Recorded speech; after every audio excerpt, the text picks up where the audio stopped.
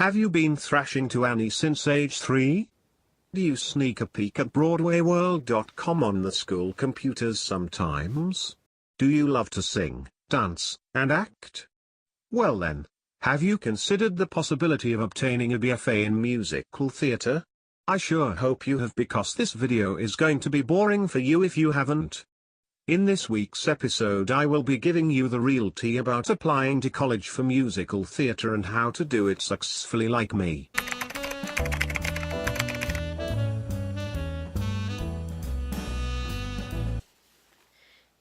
This video we have today is different. It is informational.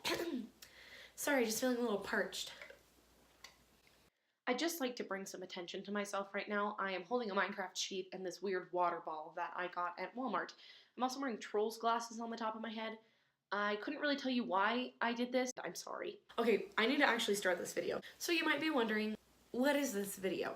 Why are you making this video? Why would you do this? Because I have to make a senior capstone project for my school, and I didn't want to do anything that was intense manual labor, and I like filming videos. The other reason is because I went into the BFA musical theater application process completely blind. I really did think I knew what was going on, and I had no idea what was going on, and it was really stressful, and it made this year honestly like the legitimate worst year of my life to date. My life was so stressful and so difficult because I didn't have it like readily available, so I just want to make a thing that's readily available that gives you the information that you need to know about how to apply for this type of degree, because it's so different than anything else. It's not fair. Kids from small towns who haven't gone to like fancy arts boarding schools deserve to have a chance. In a lot of cases, I didn't feel like I had a fair chance because there was no one who was telling me any of these things. I know, like, it's a little messed up to be complaining about the fact that I get to be applying to college, and I'm not trying to do that at all. I realize that I have a lot of privilege. I'm gonna walk you through a timeline of things that you need to know.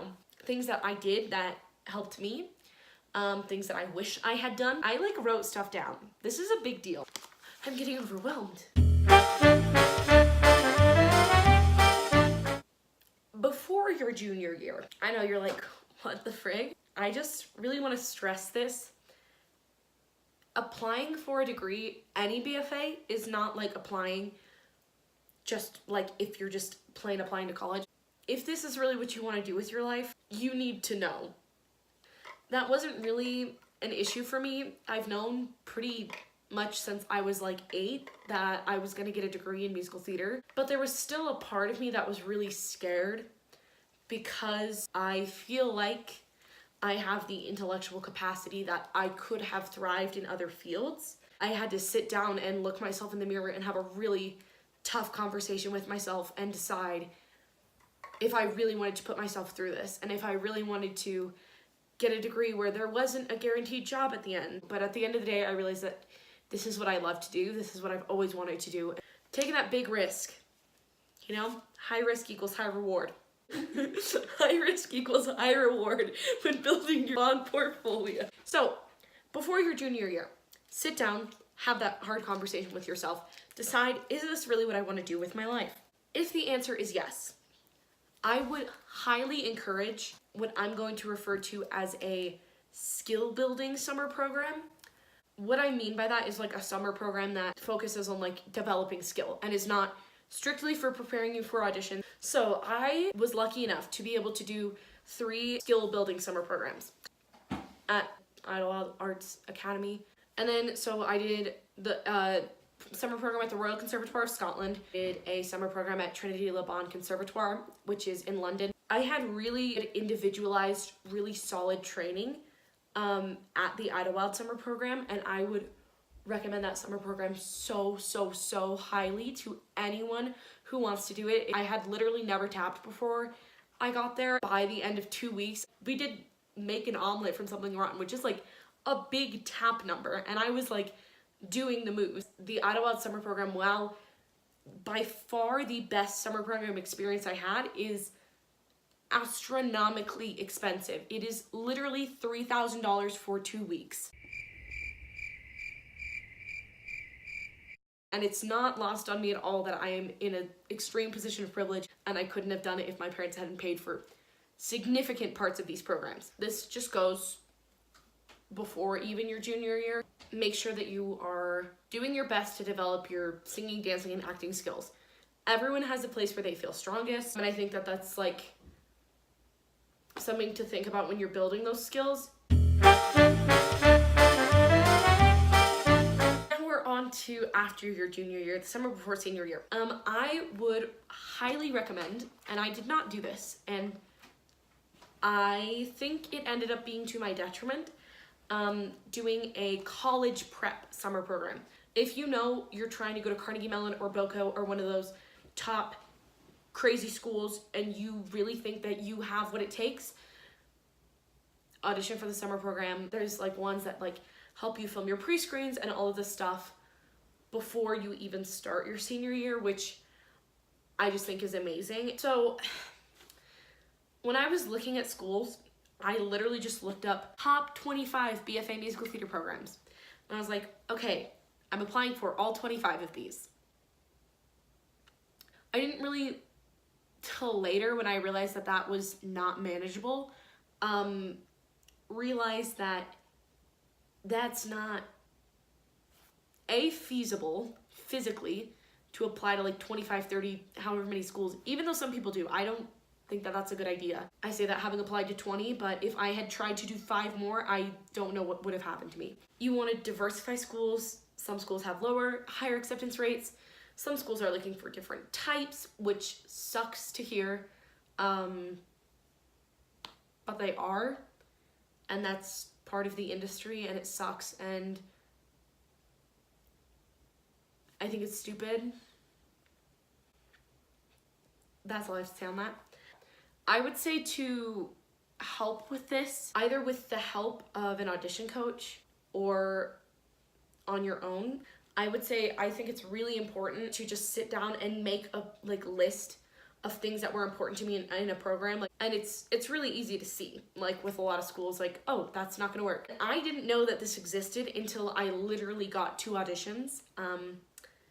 There are college coaches that will do private coachings to help like look at pre-screens and like go through rep and stuff, like over FaceTime and stuff, who are fairly affordable. I didn't do any coaching or anything until after I had already auditioned and everything. I worked with Tom Marin at Polish Your Passion, and like he's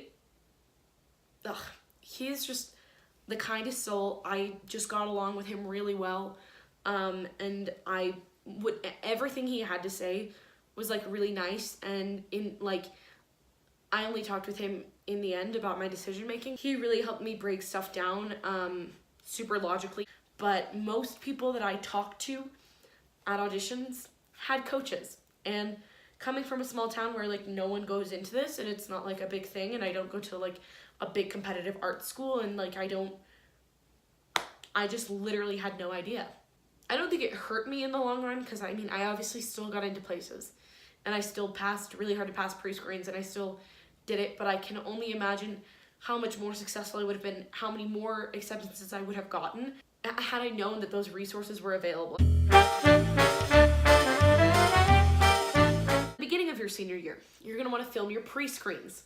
Pre-screens are basically a first round of auditions that you're gonna send in to a school. Most schools do them through a portal website called Accepted, which is super easy to use. It's like artsy, common app, and you just upload like normally a singing sample, like 32 bars or 16 bars, whatever, like a 1-minute dance sample and a monologue.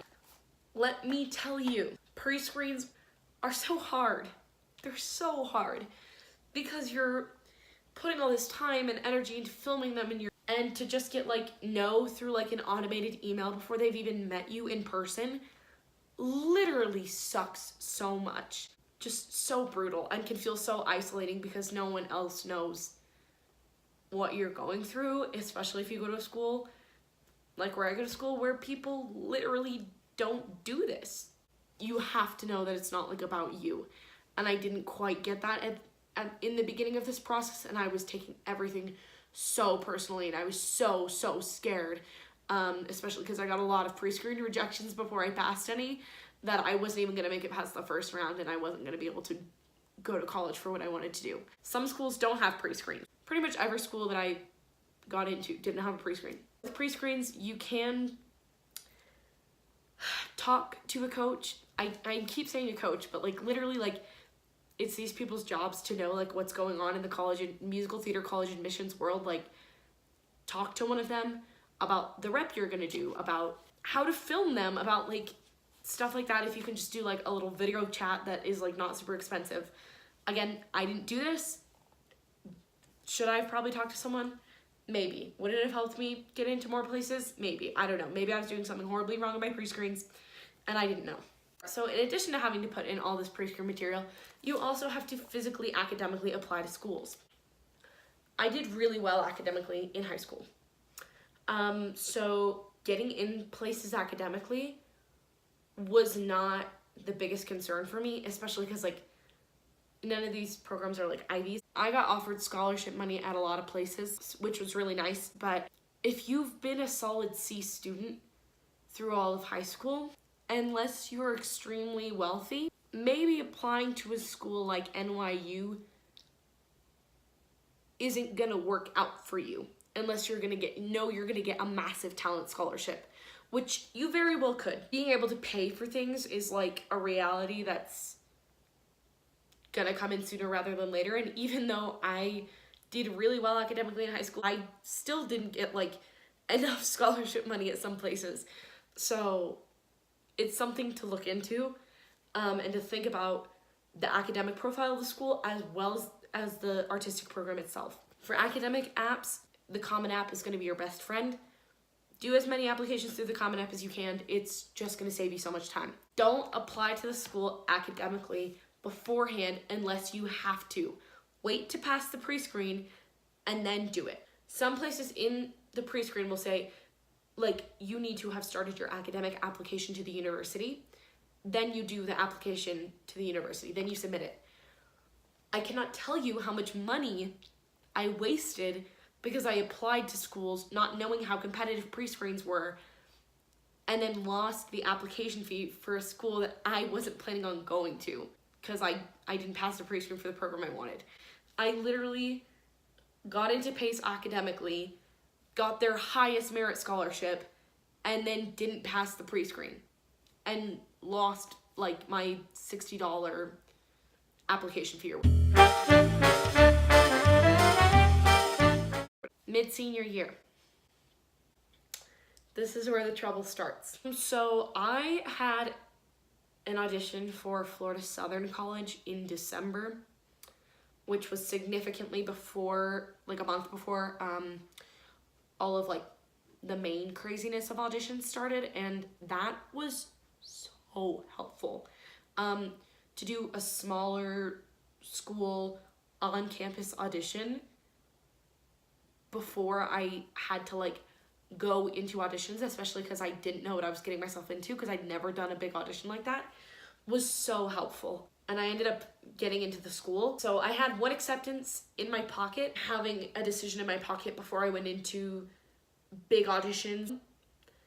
Then at least I could go to Florida Southern. Unified auditions. What are unifieds, you might ask? Auditions that are done in like regional hubs. So they do them in New York, they do them in Chicago, and they do them in LA. And schools travel along that path. And it's like just a place where a ton of schools are in the same place at the same time. So you can do all your auditions in one place instead of having to fly to 20 separate college campuses. Some schools participate in unifieds, some schools don't.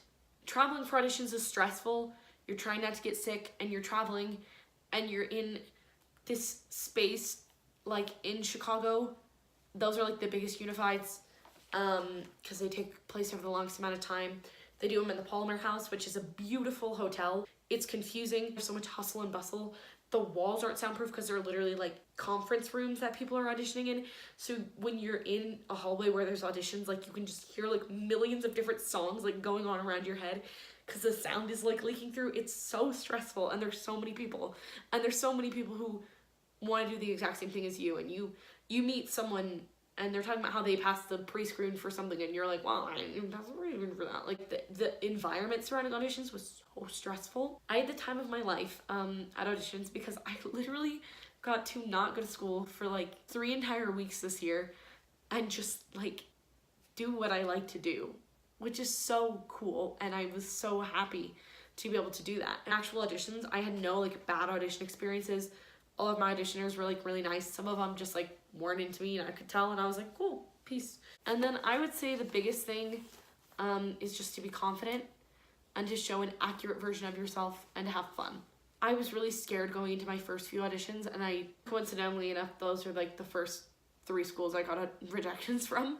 You just have to stand there in front of a room full of people who are professionals in this field, who know everything, as someone who doesn't know everything and just wants to learn, and be like, yep, I'm singing this song, even if you think it might not be what they're looking for, because you don't know. And everyone has all of these different unique qualities as performers. Towards the end of your senior year / mid-senior year, you're gonna start to hear news about where you got in. Like, there's kind of this tricked idea that like more regional schools, or schools that aren't as well known or aren't in those like top 25 lists or whatever, are like safety schools, and they're not. Most BFAs have a acceptance rate of about 20%, like across the board. Some schools can have acceptance rates as low as 2% from like the initial amount of people who apply to their pre-screens. Like at Florida State, I remember like they were telling us in the info session like some crazy number, like they had like 5,000 or something, like it was some really high number of pre-screen sent in, and 240 people passed the pre-screen. The whole thing is a crapshoot. Like a 2% acceptance rate, when you're being that selective, it comes down to the tiniest, most minute details. It's so picky. I took a lot of rejections really hard.